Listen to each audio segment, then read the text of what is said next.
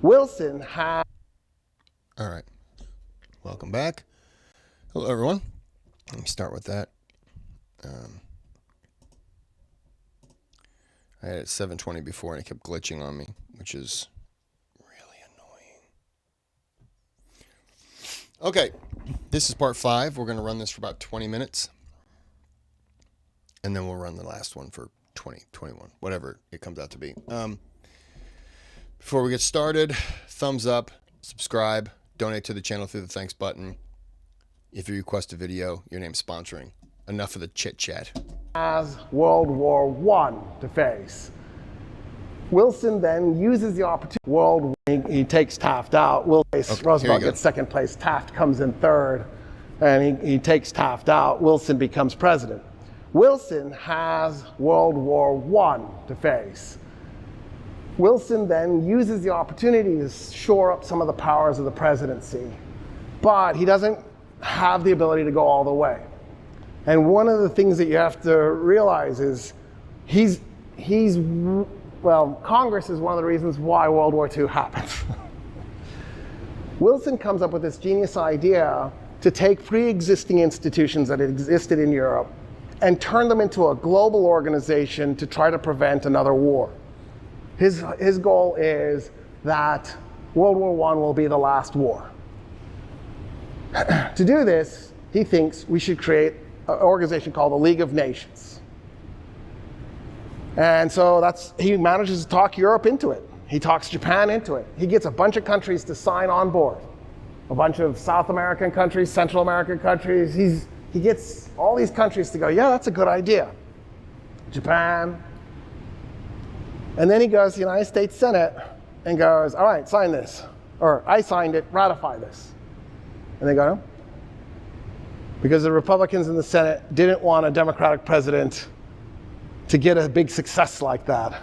And so for politics purposes, for petty politics purposes, they refused to let the United States in so they could humiliate and shame the creator of the institution. Okay, I'm going to disagree with him heavily here. I lean Democrat. Wilson's a Democrat. I should have his back, right? Wilson had the support of Congress. The Republicans in there were not all, and not all Democrats, were on board with the League of Nations. He did convince a lot of countries. Some of the countries didn't in the end agree because they were looked down on, and I'm not going to spoil it. They were looked down on because they weren't the same as other. And Wilson was a bit of a racist, which unfortunately a lot of presidents have been. Wilson believed that this was the standard. Wilson grew up in a time when his family, when he was a boy, his family had slaves. So he grew up with that mindset. Civil War happened, I think he was 4 or 5 years old. Sorry, I'm getting sidetracked. So Wilson had the support of some of the Democrats, not all, I don't believe all. A lot of the Republicans, not all, maybe some, I don't know.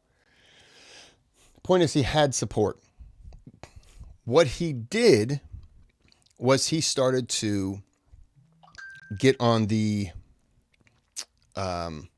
political train and started giving speeches and all this other stuff, stump speeches, to get the people going, and then instantly kicked the teeth in of the Republicans who had sided with him by saying, we got to vote these Republicans out. They don't want it. After a lot of these Republicans had done things to their own party to get other Republicans on board.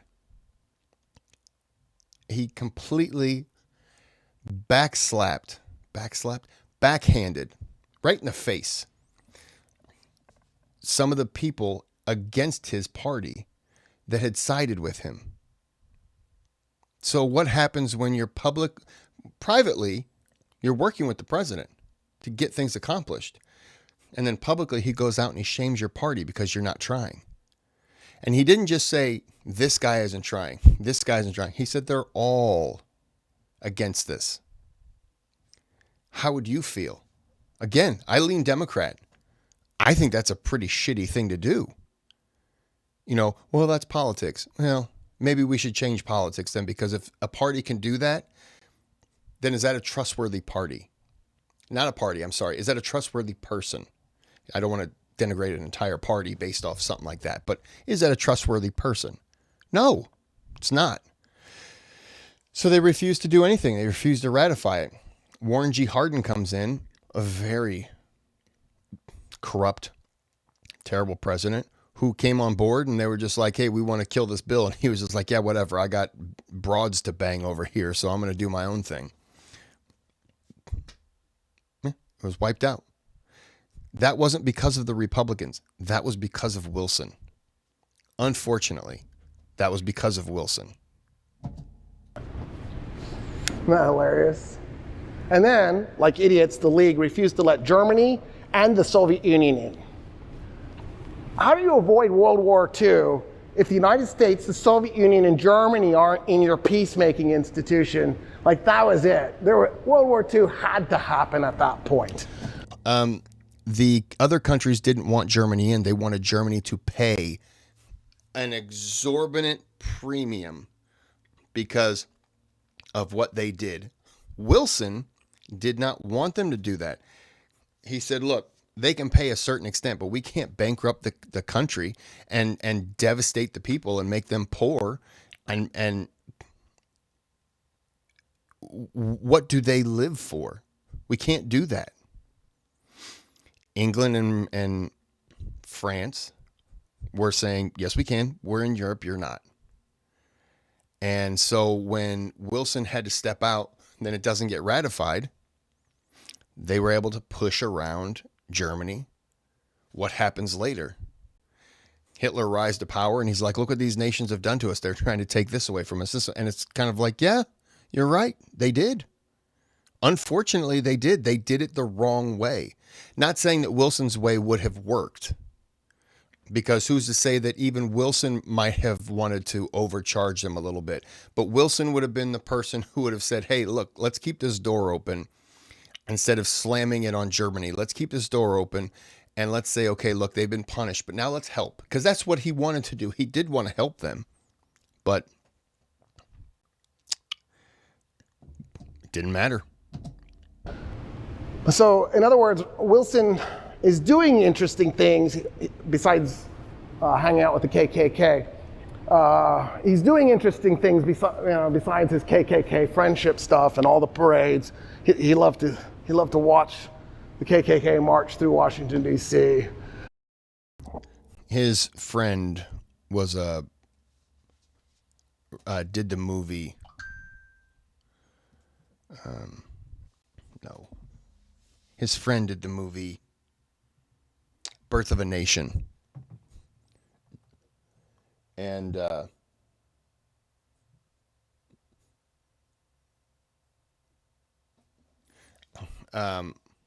Birth of a Nation. And so he played at the White House. I think it's the first movie he ever played at the White House. Yeah. There's no defense for what Wilson did in terms of racism. But when people point to that as the reason why he was a terrible president, if we're judging racism as a terrible presidency, you could say that about virtually every president up until when, you know. Besides that, he's still doing some really interesting things, but Sorry. Phone. He's still limited. He can't go as far as he wants to. He comes up with the idea of white self-determination. He called it self-determination, but he meant it only for white people. Like, he wanted there to be a Poland, an independent Poland. He never said there should be an independent India. There just needs to be an independent Poland. So it's very clear what he meant, and he does it. He's one of the guys who helps create Poland. Poland exists in part because of him. It got moved after World War II. It's not the same place. It got shifted about half a country over, and it's now about half old Germany. But it's okay. It's cool that Poland's on railroad track. You can just sort of shift where it is. Who puts their country in between Russia and Germany? Like, talk about bad decision making right there. That's why I like to hug Poles. I always feel bad for them. All right, so as this thing progresses, we're going to get back into the old rhythm of these lackluster presidents. Harding, Coolidge, Hoover, right? Now, Hoover is an interesting character because he's actually a humanitarian.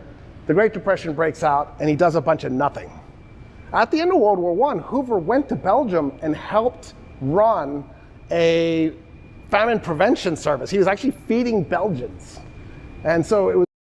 And Russians. After World War I and World War II, there were things called Hoover lunches. And it was a vegetable, a meat,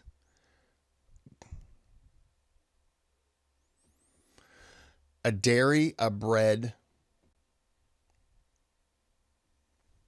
and something else. But I think he was like 25 million meals a day. And it was primarily for children. I think adults might have gotten a meal a day, but kids got 2. It was really weird when the Great Depression happens and there he is just staring.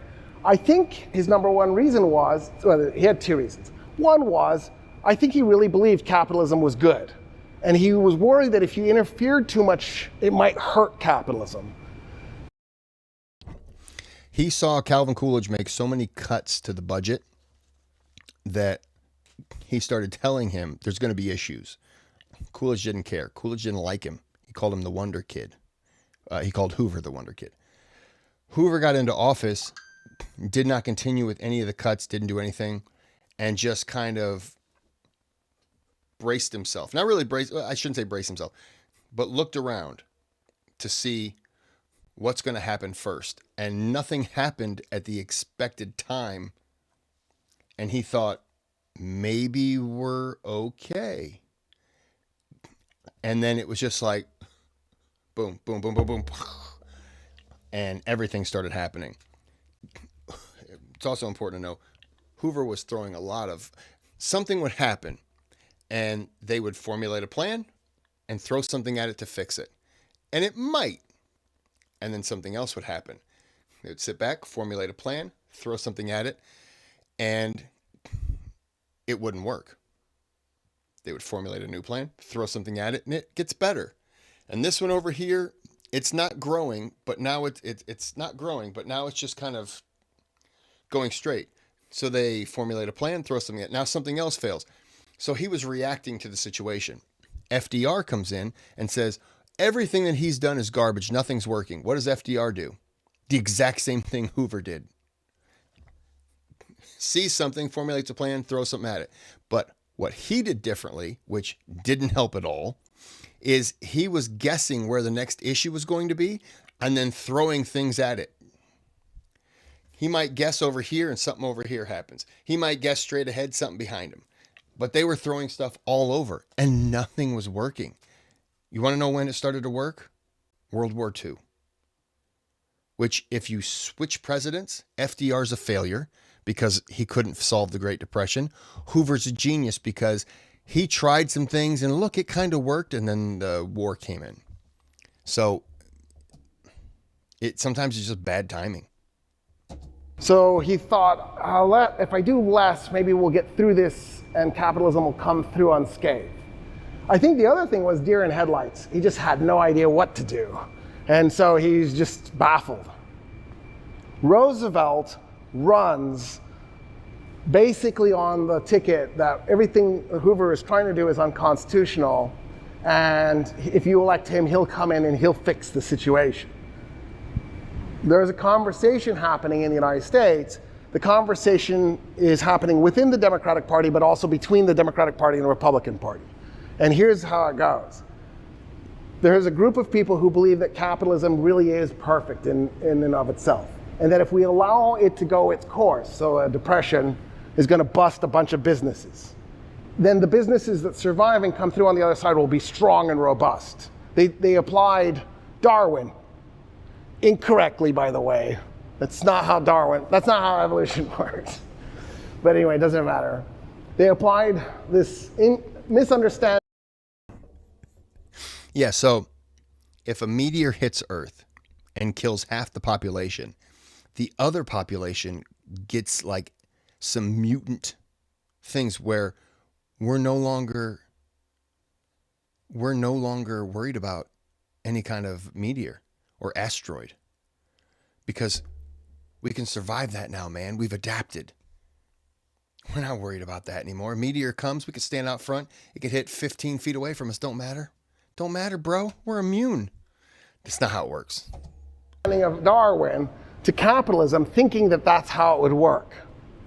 The other faction in the United States believed that if we let capitalism go in this unfettered manner into all eternity, that at some point the United States is going to have a socialist movement or worse, a communist revolution, and capitalism is going to be destroyed. So the only way to save capitalism was to vaccinate it against socialism by introducing just a little bit of socialism, like maybe Social Security, for example, to make it so that there's a little bit of a buffer, right? You're not supposed to retire on Social Security. Social Security is designed to keep you from living in a chicken coop and eating your leather boots. It's just to make it so that you're not absolutely miserable. You'll be miserable because the check is too small, but it's not the end. Because think about all the people who got suckered into the capitalist American dream in the 20s. If you invest in the stock market, put money in savings, buy a home on a mortgage, buy a refrigerator on credit, buy a car on credit, you can live the American dream, and then you get a good job with a great retirement plan. They did all those things. They checked off all the boxes. The economy unraveled, no fault of their own, and the next thing you know, they've lost everything. And people were shocked. And so the idea that Roosevelt has is, let's build little itty bitty buffers so that if we have another disaster like this, people will be cushioned. But better yet, let's not have another disaster like this. Let's regulate the hell out of the economy and make sure it doesn't happen again. And then what we'll do is we'll make it so that capitalism will be robust. In other words, if you're a socialist, Franklin Delano Roosevelt is like your worst enemy ever. You wanted Hoover to get a second term. So Roosevelt comes in and remember I said he ran on the campaign that what Hoover was doing was unconstitutional? In Hoover's last year, so in 32, Hoover does start trying to do things. And some of it backfires on him. Like there's a famous scene where he gets together with a group of bankers. And he tells the bankers, this is the list of things I need you to do. And the bankers go, these are all great ideas. And he goes, okay, so you're going to do them? They go, nope. There's no way. And he goes, wait, but if you don't do them, the banking industry is going to collapse. We've already lost so many sectors of the economy. If we lose banking, I don't know how we recover.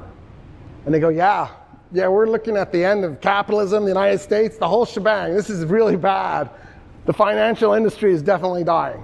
And he goes, so I've come up with a list of things that you could do right here, right now, and it would stop the collapse. And they go, yeah. Why don't you want to do them? And the bankers look at each other and they go, well, if I do it and he doesn't, he now has an unfair competition advantage. I'll go bankrupt, he'll survive.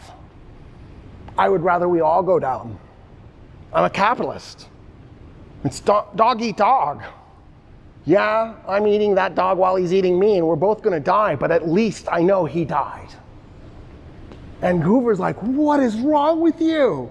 No. Agree to voluntarily do this. And they go, no, that's not how this is going to work. If you want to stop this, you need to go to Congress and pass a law and force us to do it and have severe penalties like jail time so that if we cheat, we know we're going to be hurt and then we'll do it.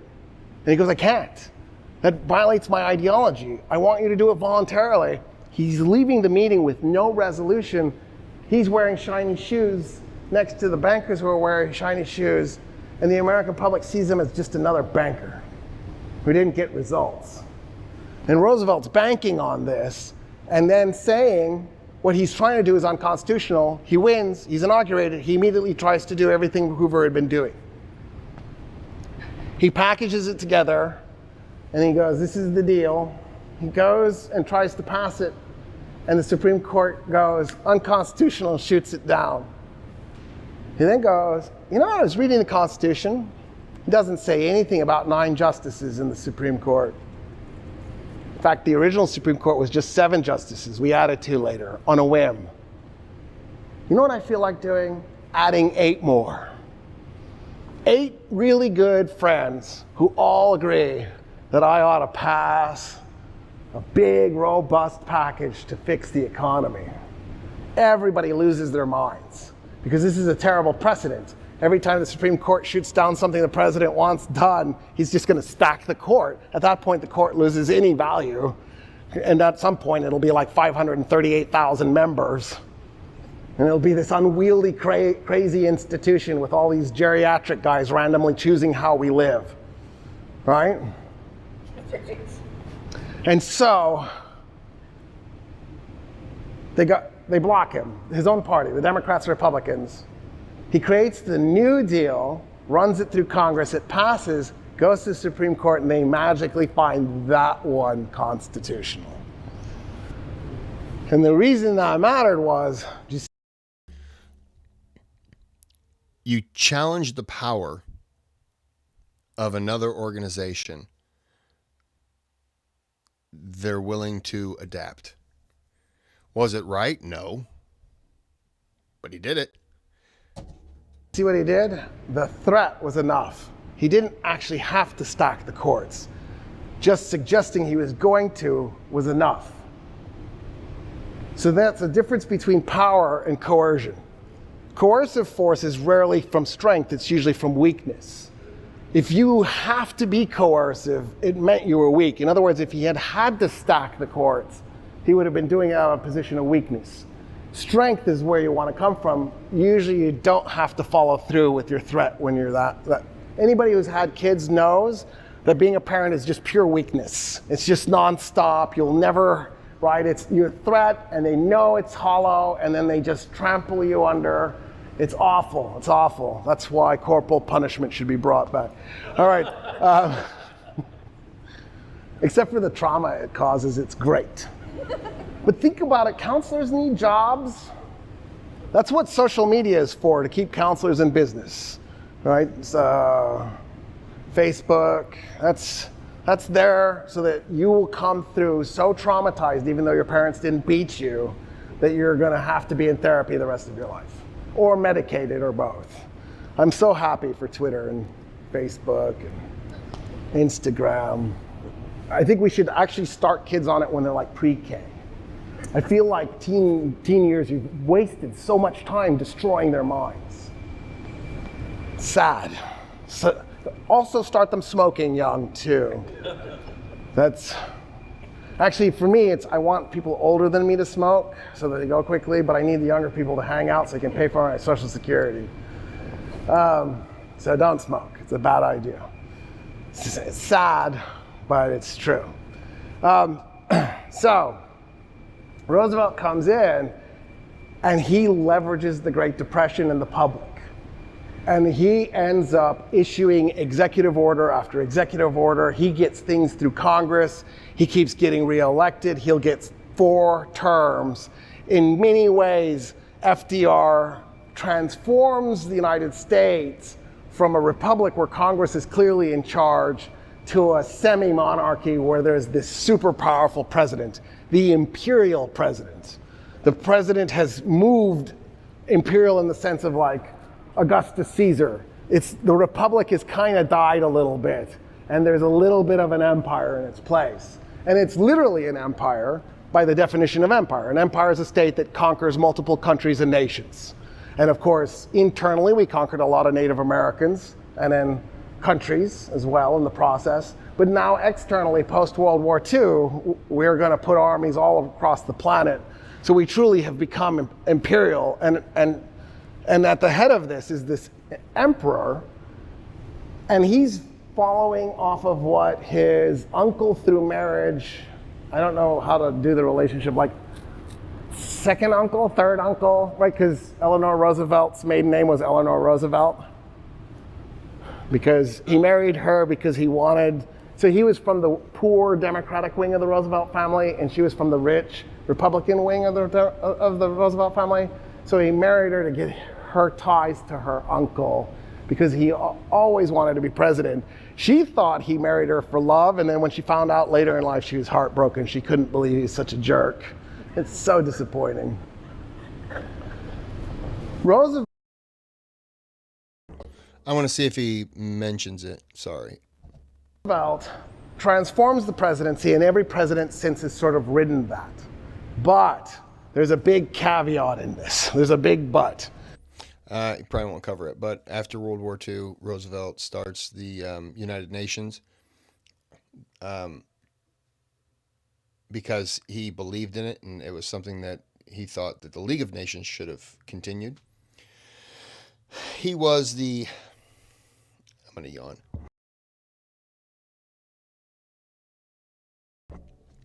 He was the naval secretary under Woodrow Wilson and helped negotiate the League of Nations. So he's very disappointed that that did not go through. So that's one reason why the United Nations exists. So, right, Roosevelt's replaced by Truman. Truman's an old-style president in many ways. He's the guy who worked his way up the party machinery. He's the guy who did everything you need to do to get to where you want to go, and he gets there. To the point where, in 1944, when they're running for Roosevelt's fourth term, right, Henry Wallace was the vice president. But the Democratic Party doesn't want Henry Wallace to be the vice president because they know FDR is going to die.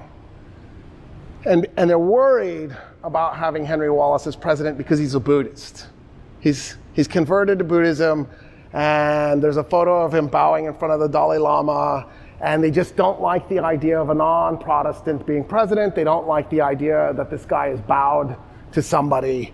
And so they invoke Truman and they put him in the vice presidency because they know Truman will then become the next president. And sure enough, right, a month after the inauguration, Roosevelt dies. He's killed by polio. If it wasn't for polio, he'd still be president. And Truman becomes president. Truman is an interesting character because he's shaped like those old party hacks, but he doesn't behave like them. So I think the average American has a low opinion of Truman. I don't think it's fair. I actually think he was actually a really solid president. He makes a series of very important decisions post-World War II. Some of them I don't agree with, but in terms of like success rate, he's wildly successful. And then he does Korea, and his popularity plunges through the floor. He realizes there's no point in running again in '52. There's no way he's going to get reelected. Eisenhower runs. Eisenhower takes over. We love Ike. We didn't like Ike. We loved Ike. And in part because he was Supreme Allied Commander. He was the hero who got us through World War II. Now, that election in '52 is really fascinating because the Democratic Party and the Republican Party both tapped Eisenhower to be the candidate. They both came in and they said, we would like you to do this. And he went, oh, I don't know, am I a Republican or a Democrat? And he said, I'll come back in about 2 weeks. I'm going to go into the mountains and hang out in the cabin, maybe shoot an animal or two. And when I get back, I'll tell you what party I am. And he came back and he said, I'm a Republican. And the Democratic Party is still actually weeping to this day. Like it's, oh, why couldn't he have been a Democrat? The reason that mattered was here was this guy who was so apolitical, he didn't even know what party he was a member of. He was offered the nomination by both parties. I think he picked Republican Party because he was worried that Douglas MacArthur would get the nomination if he didn't. If he went Democrat, MacArthur, who was a Republican, would run as a Republican. And I think Eisenhower desperately didn't want MacArthur to have a chance at winning the presidency. So if he became a Republican, he could block MacArthur. And so the reason why this matters is MacArthur was a full-on narcissist. He was the kind of guy that if he had become president, would have started to look for mechanisms to end our republic and to stop having elections. He had it in his mind that he would become shogun of Japan and emperor of the United States. I have a book on my shelf called American Caesar about, I almost said Eisenhower, Douglas MacArthur. And so I think Eisenhower went in there to block him. And then, of course, we were madly in love with Eisenhower's 8 years. He created what we thought of as a stable period, even though things were starting to percolate, like, for example, the civil rights movement.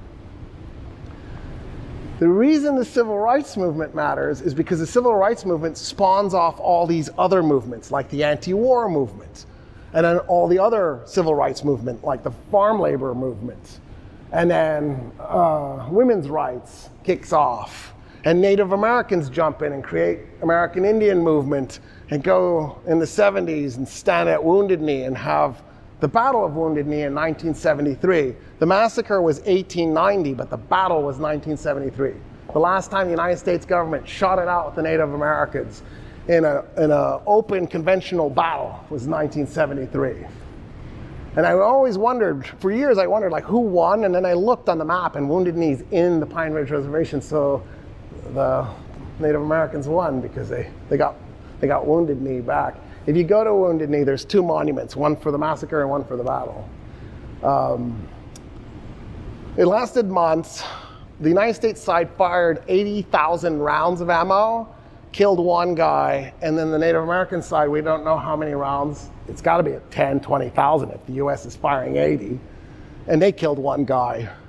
As a taxpayer, I feel like that's a bad expense. Like if you're going to fire 80,000 rounds, I kind of feel like, I don't know, 100 people should be dead. What kind of training did the BIA and the National Guard get before they went in there and the FBI and started just shooting? Like, what is that? I'm going to go ahead and end it there. We'll be back with the final part, and it will be 21-ish minutes. But I don't really have anything to add. I don't know anything about this battle. So nothing more to add. I'm just kind of throwing in things when I can contribute. But until then, have a good day, have a good night.